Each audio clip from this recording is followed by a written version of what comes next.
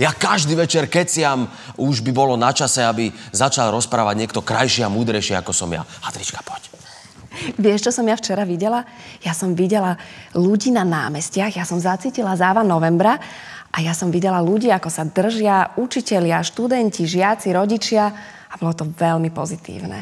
A ja si myslím, že keď sa múdri a dobrí ľudia pospájajú, možno príde aj tá zmena. Čo povieš? Tak sa takto pochytajme za ruky, tak ako tí učitelia, ktorí v tom daždi stáli a nedržali dáždnik, ale druhú ruku nejakého kolegu, tak poďte na to, hýbajme voliť.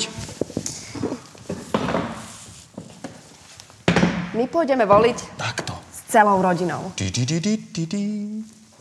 Poď.